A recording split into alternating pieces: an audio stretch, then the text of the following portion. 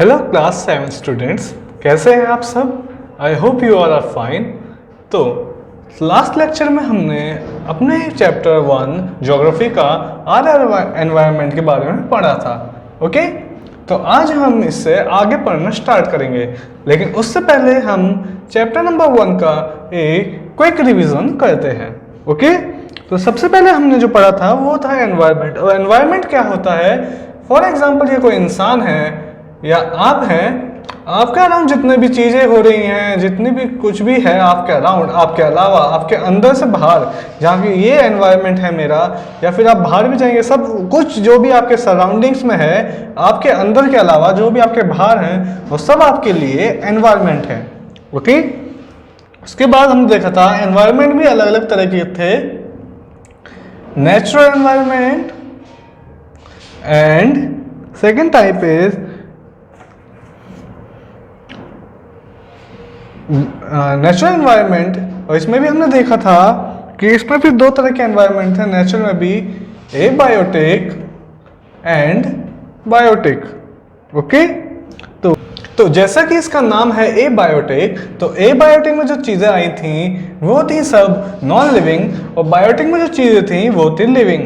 अब हमने इनकी क्लासिफिकेशन आगे भी देखी थी कि एबायोटिक एनवायरनमेंट में जो चीज़ें थी वो थी लिथोस्फेयर, एटमॉस्फेयर एंड हाइड्रोस्फेयर। बिल्कुल सही।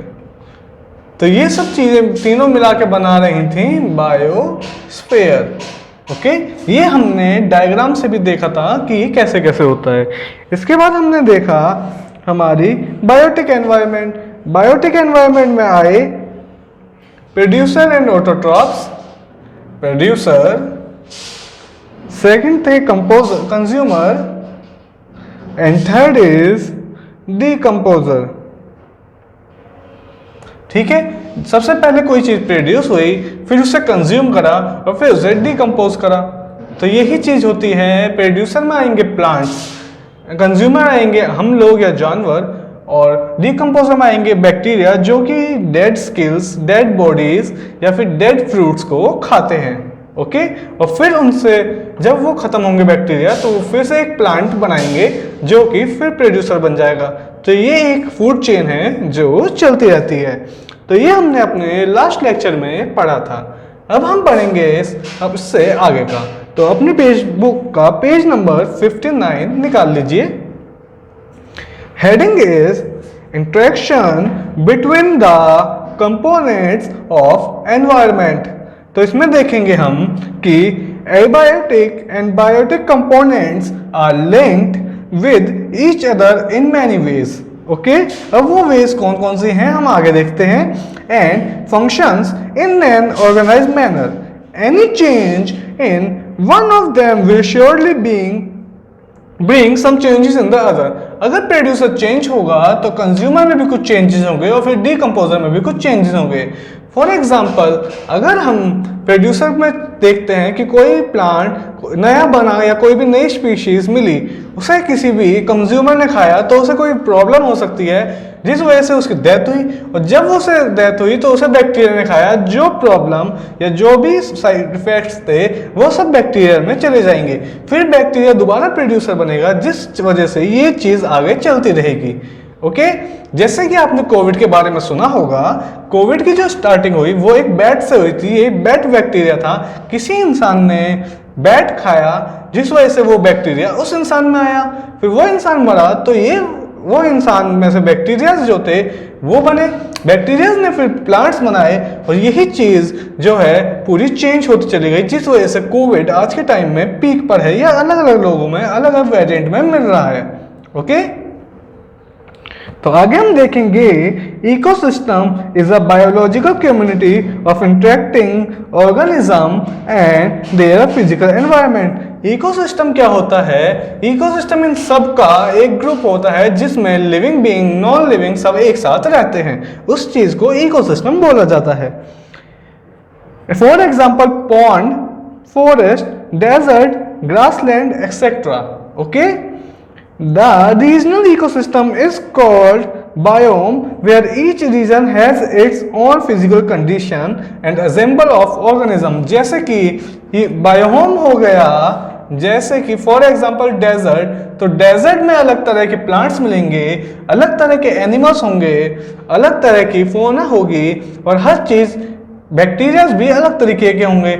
लेकिन अगर हम वाटर की बात करें तो पानी के जानवर अलग होते हैं, पानी के पौधे अलग होते हैं और पानी के डिकम्पोजर भी अलग होते हैं। ओके, नेक्स्ट जो हम टॉपिक पढ़ेंगे वो है man environment relation. That means आदमी का एनवायरमेंट से क्या रिलेशन है। ओके, तो हम इसे रीड करेंगे। Human environment is comprised of human beings and their activities।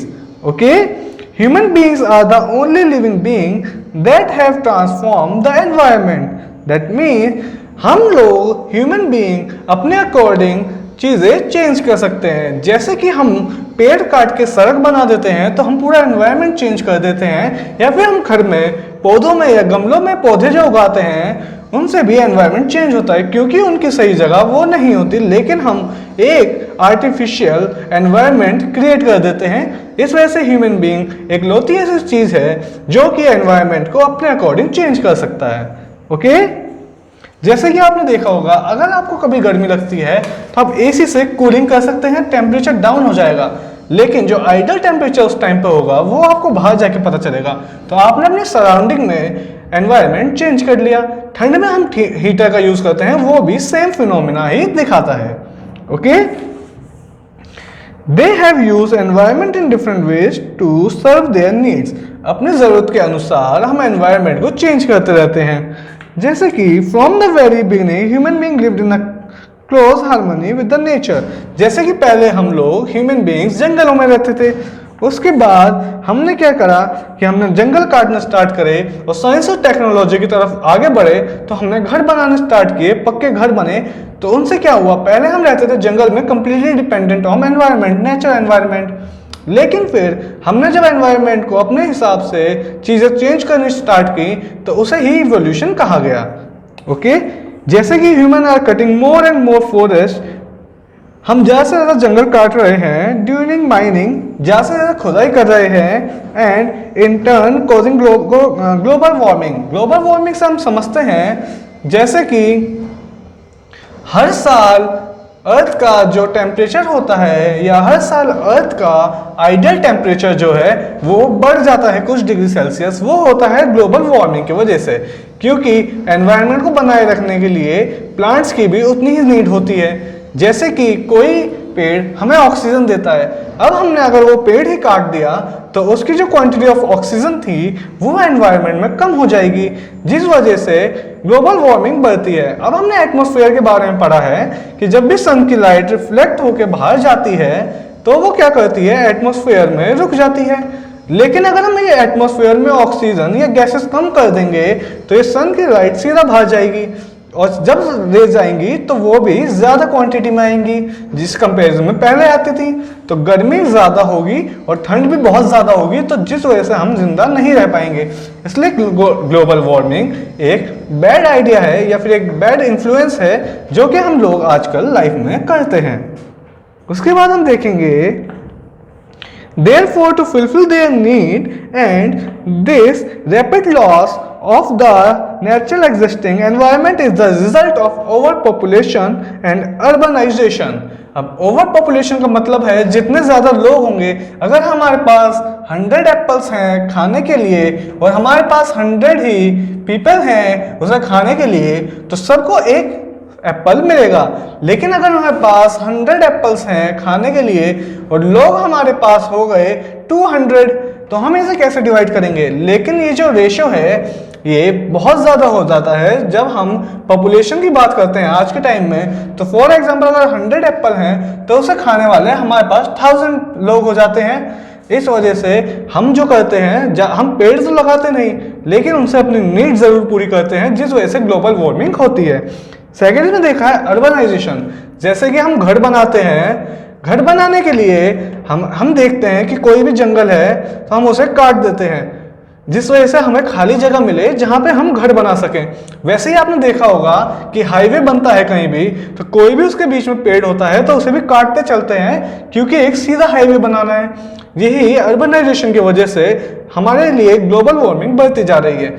लेकिन अगर हम देखें इंडिया के अलावा बाहर की कंट्रीज में एक चीज होती है जो ग्लोबल वार्मिंग को कंट्रोल करने के लिए होती है। ये टॉपिक आपके बुक का नहीं है, फिर भी मैं आपको एक बार समझा देता हूँ। वो चीज होती है कि जब भी वो कोई पेड़ उखाड़ते हैं तो वो उसे जड़ से उखाड़ के कहीं और लगा देते हैं। ऐसा नहीं होता कि वो उसे परमानेंट डेड कर देते हैं। यही चीज इंडिया में भी बहुत जगह स्टार्ट हो गई है होनी, लेकिन इतनी ज्यादा नहीं होती। ये एक फैक्टर है जिससे हम ग्लोबल वार्मिंग कंट्रोल कर सकते हैं। तो चलिए बच्चों, अब हम आगे करेंगे। हमारा जो नेक्स्ट टॉपिक है वो है सस्टेनेबल डेवलपमेंट। ओके, तो इस सस्टेनेबल डेवलपमेंट से हम क्या समझते हैं, चलिए रीड करते हैं साथ में। It means the development that helps in fulfilling the needs of the present without compromising the need of the future generation. That means sustainable development का मतलब है कि अगर हमारे पास 100 सेब हैं, 100 एप्पल हैं, तो वो हमने अभी ख़त्म कर दिए। हमने ये नहीं सोचा कि आने वाले जनरेशन को भी एप्पल्स की नीड होगी। ओके, यही बोला जाता है सस्टेनेबल डेवलपमेंट, कि जो चीज़ हमारे पास अभी है हमने वो चीज़ ख़त्म कर दी। जैसे कि पेट्रोल के बारे में आपने एक एड टीवी पर देखा होगा। उस एड में आता है कि नॉर्मली क्या होता है कि एक बच्चा अपने फादर से कहता है कि आप आने वाले टाइम में मैं मैकेनिक बनूंगा। तो उसका पापा पूछता है उससे कि क्यों, तो वो कहता है जिस तरह से आप आज के टाइम में पेट्रोल यूज कर रहे हैं तो आने वाले टाइम में तो पेट्रोल बचेगा ही नहीं। ये एक बहुत अच्छा एग्जांपल है सस्टेनेबल डेवलपमेंट का, कि आज के टाइम में हम पेट्रोल इतना ज़्यादा यूज कर रहे हैं कि हमारी आने वाले जनरेशन के लिए पेट्रोल बचेगा ही नहीं। ओके, आगे देखें। Sustainable development is the concept of need and limitation imposed by technology and society on the environment's ability to meet the present and future need. Sustainable development का मतलब हुआ यही सब कि हम आज के टाइम में चीज़ें ये सोच के ख़त्म कर देते हैं कि हमें उनकी ज़रूरत आज है, लेकिन हम ये नहीं सोचते कि अगर हम उन्हें कंज्यूम कम करें या उन्हें स्टोर करने की कोशिश करें तो हमारी आने वाली जनरेशन के लिए भी वो बहुत ज़्यादा हेल्पफुल होंगे। Development should not endanger the natural system that support life on earth. Development जो होगा वो हमारे natural system को ख़त्म ना कर दे। As we have limited resources, so it is responsibility that we should make a fair use of resources. That means अगर हमारे पास 0.1% वाटर पीने लायक है तो हमारी जिम्मेदारी है कि हम उसे वेस्ट ना करें। लेकिन हम, जैसा आपने देखा होगा, हम क्या करते हैं नॉर्मली आज के टाइम में सबके घर में शावर्स होते हैं नहाने के लिए, कोई भी बकेट यूज नहीं करता, लेकिन शावर से जो पानी लीक होता है वो बहुत ही ज़्यादा क्वांटिटी में ज़्यादा होता है। इस वजह से अगर हम बकेट्स का यूज़ करें बात के लिए तो वो हमारे लिए कुछ ना कुछ पानी ज़रूर बचाएगा। ओके, जैसे कि अगर आप देखें नॉर्थ इंडिया में राजस्थान की हम बात करें, राजस्थान और यूपी का कंपैरिजन करें तो राजस्थान में अगर पानी की थोड़ी सी समस्या है या थोड़ी सी प्रॉब्लम है तो वो लोग पानी का इतना मिस यूज़ नहीं करते जितना कि यूपी या हरियाणा साइड पानी का मिस यूज़ होता है। इस वजह से हमें इस चीज़ को सीखने की ज़रूरत है कि हमें पानी का कम यूज़ करना है, और ऐसे ही जितने भी रिसोर्सेज हैं जो एक टाइम पर ख़त्म हो जाएंगे उन सब चीज़ों का भी यूज़ लिमिटेड करना है, जिससे वो आने वाली जनरेशन को भी मिल सके। क्या पता जब तक हमारे लिए नए सोर्सेज जनरेट हो जाएं, इस वजह से हमें उन्हें बचा के रखना चाहिए कि अगर हमारे पास नए सोर्सेज इन फ्यूचर नहीं होते तो वो उन चीज़ों से काम चला सकें। जैसे कि अब हम देखेंगे, every living organism is a part of the nature. That means हर लिविंग ऑर्गेनिज्म उस नेचर का एक पार्ट है। We should utilize resources to meet our need but not our greed. That means हमें उन चीजों को हमारी नीड के अकॉर्डिंग यूज करना चाहिए, ना कि ग्रीड। अब ग्रीड का मतलब होता है लालच। ओके, तो हमें उन चीजों को हमारे जरूरत के अनुसार यूज करना चाहिए, ना कि हमारे लालच के अनुसार। ओके, नेक्स्ट लिखा है कन्वर्जेशन और reduction of excessive resource use, recycling and use of material. जैसे कि पहले पॉइंट में ये कह रहा है कि हमें जो है चीजों का यूज कम करना चाहिए, बस नीड के लिए करना चाहिए। सेकंड पॉइंट में कह रहा है कि कुछ चीजें होती हैं जो रिसाइकिल हो जाती हैं, जैसे कि steel, cold drink can, polythene. Polythene recycle नहीं होती, लेकिन हम पॉलीथीन का अगर हम उसे फेंके नहीं तो हम उसे बहुत टाइम तक यूज कर सकते हैं। ओके, तो ये कुछ चीजें होती हैं, स्टील या कोल्ड ड्रिंक कैंस या फिर प्लास्टिक या फिर रैपर्स या फिर मोबाइल या इलेक्ट्रॉनिक आइटम्स, ये सब चीजें रिसाइकिल हो जाती हैं, जिस वजह से हमें इनका यूज करना चाहिए। अब हम देखेंगे third point, more use of renewable resources like solar energy rather than non-renewable resources as oil and coal. That means electricity बनाने के लिए हम कोल का यूज करते हैं, लेकिन अगर हम इसकी जगह सोलर पैनल्स या सोलर एनर्जी का यूज करें तो ये हमारे लिए बहुत ज़्यादा अच्छा होगा, क्योंकि कोल जो है वो एक टाइम पे खत्म हो जाएगा, क्योंकि वो एक नॉन रिन्यूएबल रिसोर्स है। नॉन रिन्यूएबल रिसोर्सेज वो होते हैं जो एक टाइम पे खत्म हो जाते हैं, जो कि हमारे पास लिमिटेड स्टॉक में है। लेकिन सोलर एनर्जी एक ऐसी चीज है जो हमें सन की रोशनी से मिलती है, तो ऐसा तो है नहीं कि सन 1-2 साल में ही खत्म हो जाएगा। तो हम अगर सोलर पैनल का यूज ज्यादा से ज्यादा करते हैं तो हमारा उससे कोल बचेगा और ऑयल भी बचेगा चीजों को चलाने के लिए। ओके, अब हम इसमें देखेंगे जो हमने वर्ड यूज करे हैं। मैंने आपको बहुत ज्यादा वर्ड लिखवाए हैं, तो आप उनको अपनी नोटबुक में नोट करिएगा और ध्यान करिएगा। लेकिन आपकी बुक में भी कुछ अलग से वर्ड्स दिए हुए हैं। ये वर्ड्स हम पहले भी डिस्कस कर चुके हैं अगर आप आगे देखेंगे, लेकिन फिर भी मैं आपको एक बार रिवाइज करा देता हूं, क्योंकि जितना ज्यादा हम रिवाइज करते हैं किसी भी चीज को, उतना ज्यादा वो चीज हमें याद रहती है। ओके, पहला वर्ड है environment, the surrounding in which an organism exist. Organism से आप, मैं, बैक्टीरिया, प्लांट्स, ट्री, ये सब एक ऑर्गेनिज्म है। ऑर्गेनिज्म के आसपास का जितना भी एरिया होता है वो एक एनवायरनमेंट कहलाता है उसके लिए या फिर सबके लिए। ओके, नेक्स्ट वर्ड जो है वो है इकोसिस्टम।